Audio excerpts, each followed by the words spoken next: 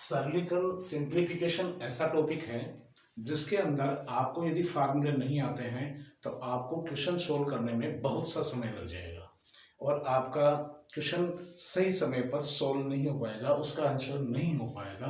तो आपको सोल्व करने के लिए, क्वेश्चन को सोल्व करने के लिए आपको चाहिए कि आप जल्द से जल्द आंसर निकालें। इसके लिए आपको चाहिए कि आपको इस टॉपिक में जितने भी महत्वपूर्ण फार्मूले बनते हैं वो फार्मूले आपको आने चाहिए। अब मैं इस टॉपिक में आपको वो महत्वपूर्ण सारे फार्मूले लिखा रहा हूँ, सारे सूत्र आपको लिखा रहा हूँ जो इस सरलीकरण के टॉपिक में हमें चाहिए। फर्स्ट पहला जो फॉर्मूला है इसका वो है a प्लस बी का whole square is equal to a square plus b square plus 2ab। अब इसको a और b के पदों में रखने की जरूरत नहीं है। इसको आप ऐसे मानिए कि पहली संख्या जोड़ दूसरी संख्या का वर्ग करें तो हमेशा आता है पहली संख्या का वर्ग प्लस दूसरी संख्या का वर्ग प्लस 2 गुना पहली संख्या गुना दूसरी संख्या। अब यहाँ पहली और दूसरी कोई भी दो संख्याएं हो सकती हैं, a और b नहीं, कुछ भी हो सकता है।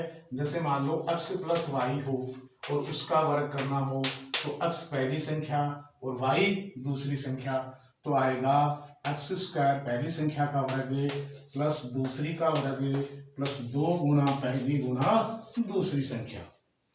तो इस तरह के फार्मूले इनको रटने की जरूरत नहीं है, आपको सिर्फ ये ध्यान रखना है कि इस तरह से पहली जोड़ दूसरी दो संख्याएं दी गई हैं और उनका वर्ग करना है तो वो हमेशा आता है पहली का वर्ग प्लस दूसरी संख्या का वर्ग प्लस 2 गुना पहली संख्या गुना दूसरी संख्या। इसी तरह से दूसरा फार्मूला जो इंपॉर्टेंट बनता है इसमें वो ये बनता है कि पहली संख्या में से दूसरी संख्या को घटाएं और फिर उसका वर्ग करें तो क्या उत्तर आएगा। तो उसका उत्तर आता है पहली संख्या का वर्ग प्लस दूसरी संख्या का वर्ग माइनस 2 गुना पहली संख्या गुना दूसरी संख्या। ये आपका सेकेंड फॉर्मूला है, ये आपका फर्स्ट फॉर्मूला है। यदि फर्स्ट पहली संख्या को a माने और दूसरी को b माने तो a माइनस बी का whole square is equal to हो जाएगा a square plus b square minus 2ab। इसी तरह से तीसरा फॉर्मूला बनता है कि कोई भी दो संख्याएं हैं और पहली संख्या का वर्ग कर दिया जाए और किसी दूसरी संख्या का वर्ग कर दिया जाए और फिर इनका अंतर पूछे तो इनका अंतर हमेशा आता है पहली संख्या का वर्ग इनका अंतर हमेशा दो टुकड़ों में आएगा कि पहली और दूसरी को जोड़ दो, जो संख्या बन रही है उसको पहली और दूसरी के अंतर से गुणा करवा दो।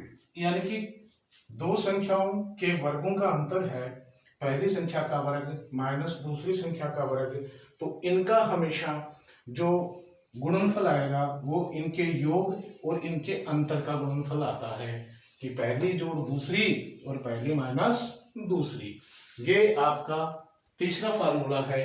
अब नंबर 4 फार्मूला, 4 नंबर का फार्मूला आप देखिए कि चौथे नंबर पे कौन सा फार्मूला है जो आपको सरलीकरण के लिए इंपॉर्टेंट है और आपको अगर वो आता है तो आप सरलीकरण के क्वेश्चन आसानी से कर पाएंगे। महत्वपूर्ण फार्मूले हैं जो आपको रटने नहीं हैं, सिर्फ आपको समझने हैं और किस तरह से इनको इनके आधार पे प्रश्नों को और क्वेश्चनों को हम सॉल्व कर सकते हैं, हल कर सकते हैं थोड़े से थोड़े समय में। फॉर्मूला नंबर 4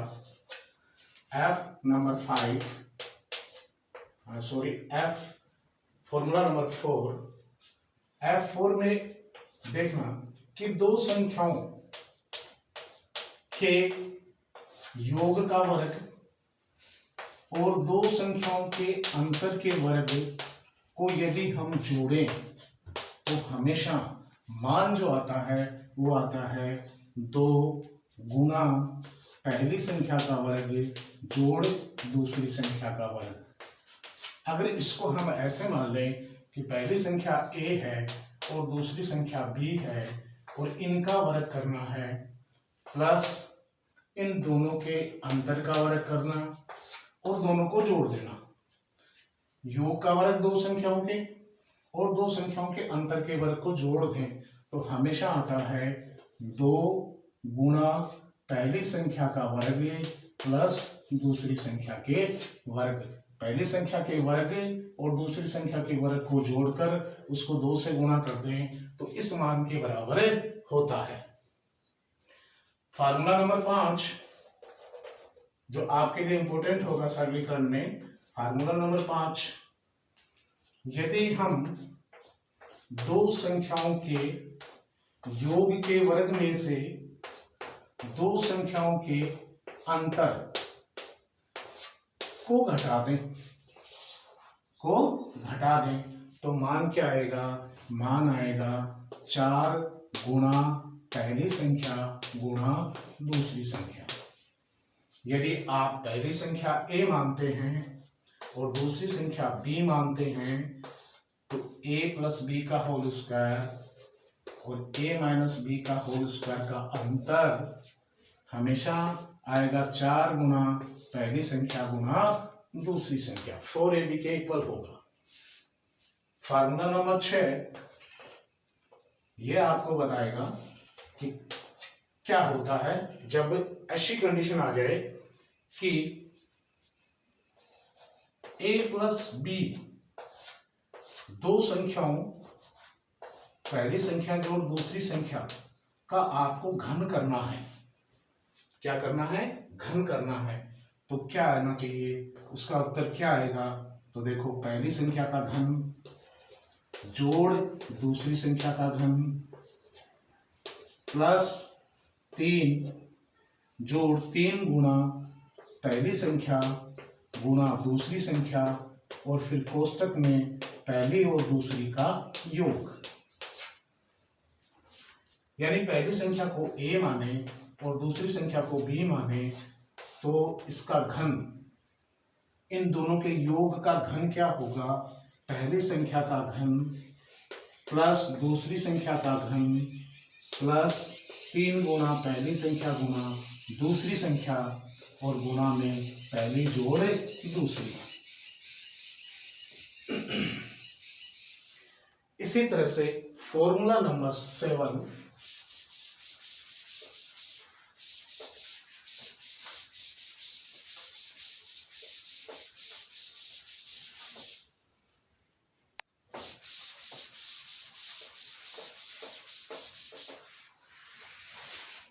ये फॉर्मूले बहुत इंपॉर्टेंट हैं, पूरे बुक में काम आएंगे, पूरे सिलेबस में काम आएंगे। अगर ये आपको आते हैं तो आप बहुत क्वेश्चनों को सोल्व कर पाएंगे आसानी से। तो इन फार्मूलों को आपको कंठस्थ करना है और ये फार्मूले अगर आप कंठस्थ कर लेते हैं तो आपके टॉपिक्स में आपको क्वेश्चन को सोल्व करने में बड़ी सुविधाएं रहेंगी। फॉर्मूला नंबर 7,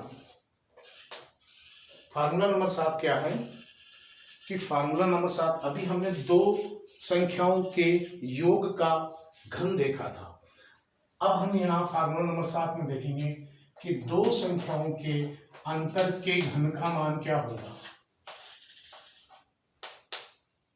तो इनका होता है पहली संख्या का घन माइनस दूसरी संख्या का घन माइनस 3 गुणा पहली गुणा दूसरी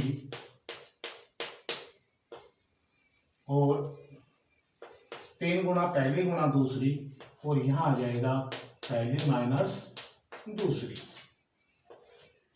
यानी कि पहली संख्या को यदि हम x माने और दूसरी को हम y माने और इसका घन करें तो क्या आएगा? पहली संख्या क्या भाई? x का घन माइनस दूसरी संख्या क्या है? y का घन माइनस 3 गुणा पहली संख्या गुणा दूसरी संख्या और कोष्टक में दोनों का अंतर। इसी तरह से यदि हम अगला फार्मूला देखें तो क्या आएगा? फार्मूला नंबर 8 हमें ये बताएगा कि किस तरह से अगर दो संख्याएं दी गई हों, पहली संख्या का घन दिया गया हो और दूसरी संख्या का घन दिया गया हो और दोनों को जोड़ा गया हो, तो इनका मान कैसे आना चाहिए, इनका फार्मूला क्या बनेगा, इनको कैसे सोल्व करेंगे कि पहली संख्या का घन है, दूसरी संख्या का भी घन है, तो इसका मान कैसे निकाल सकते हैं हम, इसके कैसे दो टुकड़े कर सकते हैं। तो बनेगा, देखो भाई, पहला टुकड़ा बनेगा पहली जोड़ दूसरी संख्या। इनको हम इस तरह से दो संख्याओं के गुणनफल के रूप में लिख सकते हैं, पहली संख्या जोड़ दूसरी संख्या, और दूसरा आ जाएगा पहली का वर्ग माइनस पहली गुणा दूसरी और प्लस दूसरी संख्या का वर्ग। यानी कि ये समझो कि पहली संख्या अगर अपने पास p है और उसका घन है, दूसरी संख्या अपने पास q है और उसका भी घन है, तो इन दोनों को हम किसके बराबर लिख सकते हैं, हम लिख सकते हैं पहली संख्या p प्लस दूसरी संख्या q, पहला टुकड़ा तो ये बन जाएगा, और दूसरा पहली संख्या का वर्ग p का वर्ग, पहली संख्या p है, दूसरी संख्या p गुणा पहली गुणा दूसरी pq, और यहां आ जाएगा q स्क्वायर। ये अपने पास आ जाएगा फार्मूला नंबर 8। इसी तरह से फार्मूला नंबर 9 क्या कह रहा है कि अगर आपके पास दो संख्याएं हैं और दोनों के घनों का अंतर निकालना है, उनकी घात 3 है और उनका आपको अंतर निकालना है, तो आप उनका अंतर कैसे निकाल पाएंगे।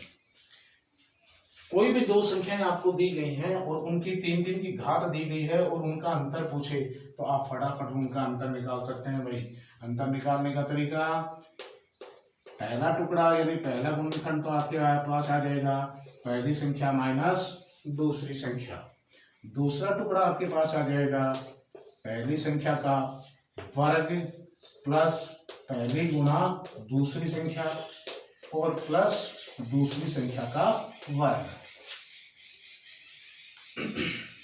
अगर पहली संख्या को मैं t मानूं और दूसरी संख्या को मैं s मानूं, तो t की घात 3 और माइनस s की घात 3, तो मान क्या आएगा, पहला मान आएगा पहली संख्या माइनस दूसरी संख्या, दूसरा मान आएगा पहली संख्या का वर्ग प्लस पहली संख्या गुणा दूसरी संख्या और प्लस दूसरी संख्या का वर्ग। तो ये फार्मूले हमें कई फार्मूले और दे देंगे जिनसे हम क्वेश्चनों को बहुत ही सोच समय में सोल्व कर लेंगे। लास्ट एंड फाइनल फार्मूला आपके पास है, हालांकि किताबों में भी मिलता है, लेकिन आपको उसका एक्सप्लेनेशन नहीं मिलेगा। किताबों में फार्मूले मिल जाएंगे, आप वहां से रटोगे। यहाँ आपको रटने की जरूरत नहीं है, आपको इस तरह से इनको समझना है कि अगर ऐसा आ जाए तो हमें क्या करना है। फार्मूला नंबर 10 जो इम्पोर्टेंट है और अच्छे क्वेश्चन बनते हैं इस पर, और उन क्वेश्चनों को हम आसानी से सोल्व कर पाएंगे यदि हमें इस फार्मूले का नॉलेज है, पता है, तो हम आसानी से इनको कर पाएंगे। और करने के लिए हमें क्या होना चाहिए, फार्मूला याद होना चाहिए, फार्मूला आना चाहिए, और याद करना रटना नहीं है, सिर्फ समझना है कि कौन सा फार्मूला कैसे बनता है। अब फार्मूला बन रहा है आपका last and final formula number 10। Formula number 10 आपको क्या बताता है कि यदि इस तरह से कोई पद दिया गया हो जिसमें पहली संख्या का घन दिया गया हो, कोई एक संख्या है उसका घन है, फिर यहाँ कोई दूसरी संख्या है उसका भी घन है, फिर तीसरी संख्या का भी घन है, तीसरी संख्या का भी घन है, और माइनस में 3 गुणा पहली संख्या गुणा दूसरी संख्या गुणा तीसरी संख्या, इस तरह से कोई व्यंजक आपको दिया गया है। अब आपको इसका मान 0 रखा हुआ है, या मान लो बराबर 0 है, तो आप इसको कैसे सोल्व करोगे।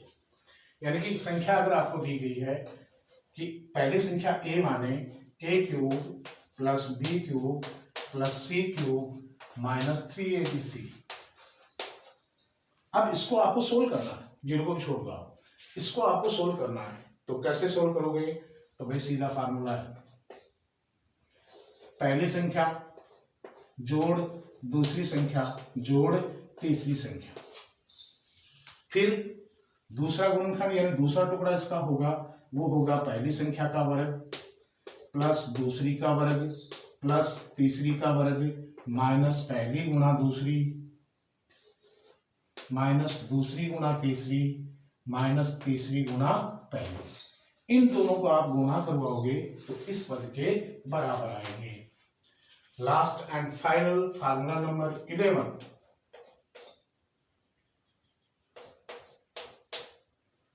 ग्यारह नंबर का फार्मूला है।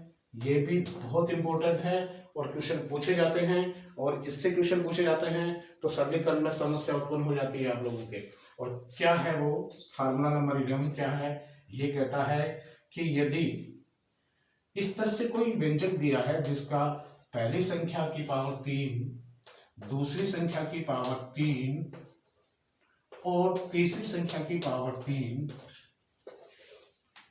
और -3 पहली संख्या गुणा दूसरी संख्या गुणा तीसरी संख्या, इस तरह से आपको दिया गया है और आपको इसका मान निकालना है। तो इसका मान क्या होगा? देखो, हमेशा ऐसी कंडीशन में इसमें एक कंडीशन देगा, वो कंडीशन क्या होगी? विशेष क्या होगा इसमें विशेष ये होता है कि ऐसा क्वेश्चन दिया जाए और इसके बराबर 0 रख दिया जाए और हम ये देखें कि अगर पहली संख्या जोड़ दूसरी संख्या जोड़ तीसरी संख्या, तीनों संख्याओं को जोड़ें और उनका योग 0 हो जाए, उनका योग क्या हो जाए? 0 हो जाए। तो यहाँ हमेशा पहली संख्या का घन जोड़ दूसरी संख्या का घन जोड़ तीसरी संख्या का घन किसके बराबर होगा? इन तीनों संख्याओं के गुणनफल के बराबर होगा।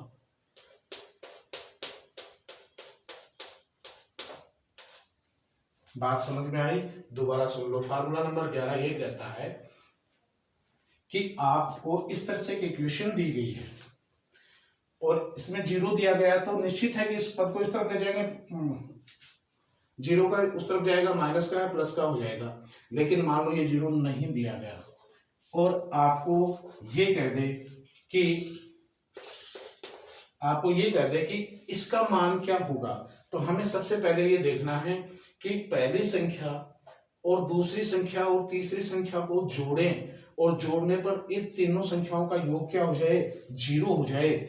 तो पहली संख्या का घन दूसरी संख्या का घन और तीसरी संख्या का घन है, वो इन तीनों संख्याओं के गुणनफल का तिगुना होगा, तीनों संख्याओं के गुणनफल का 3 गुना होगा। यानी कि अगर हम ये माने कि ये संख्या इस तरह से है कि पहली संख्या a है और दूसरी संख्या b है, तो हम किस तरह से इसका मान निकाल सकते हैं? तो पहली संख्या अपने पास मान ली हमने a है और दूसरी संख्या b है और तीसरी संख्या क्या है? c है और तीनों की घात 3 है और यहां दे दिया -3abc। तो यहाँ इनका मान निकालना हो तो हम सबसे पहले ये देखेंगे, अगर विशेष परिस्थिति दी गई है, स्पेशल कंडीशन दी गई है, यानी कि a plus b plus c is equal to 0 दिया गया हो, कि ये बात हमें दी गई हो कि ये ऐसा है भाई, इस इक्वेशन में ये इक्वेशन दे दी और ये बता दिया कि a b और c को जोड़े तो उसका मान 0 होता है भाई, ये बात हमें क्वेश्चन में दी गई है। तो इसका मान क्या होगा?